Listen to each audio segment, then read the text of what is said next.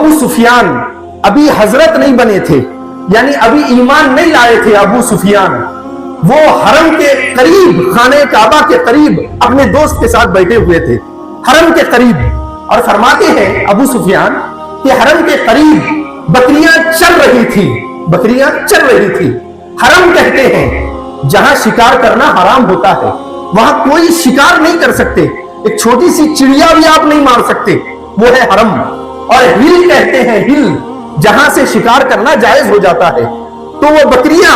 ہل میں چل رہی تھی، جہاں شکار کرنا جائز ہے وہ بکریاں وہاں چل رہی تھی۔ ابو سفیان فرماتے ہیں ہم بیٹھے بکریوں کو دیکھ رہے تھے، اتفاق سے ایسا ہوا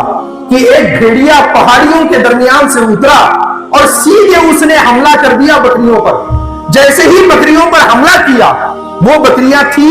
ہل کی حد میں، جہاں شکار کرنا جائز ہے وہاں تھی وہ بکریاں، لیکن جیسے ہی حملہ کر دیا شکار نے،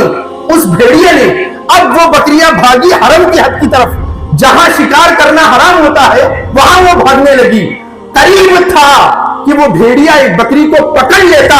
فوراً وہ بکری حرم کی حد میں چلی گئی،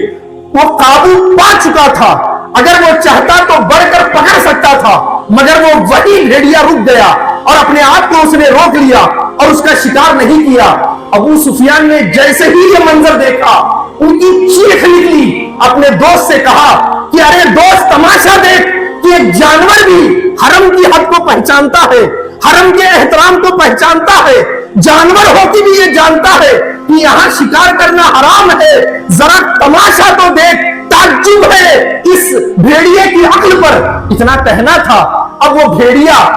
حضرت ابو سفیان کی طرف پلٹا اور اللہ نے اس بھیڑیے کو زبان دی۔ اس بھیڑیے نے کہا ابو سفیان، تعجب یہ نہیں ہے کہ بھیڑیا ہو کر، جانور ہو کر حرم کی حد کو پہچانتا ہے، تعجب یہ نہیں ہے، تعجب یہ ہے کہ تو انسان ہو کر، اشرف المخلوق ہو کر، مصطفیٰ کے بغل میں رہ کر مصطفیٰ کو نہیں پہچانتا، تعجب یہ ہے۔ تو اللہ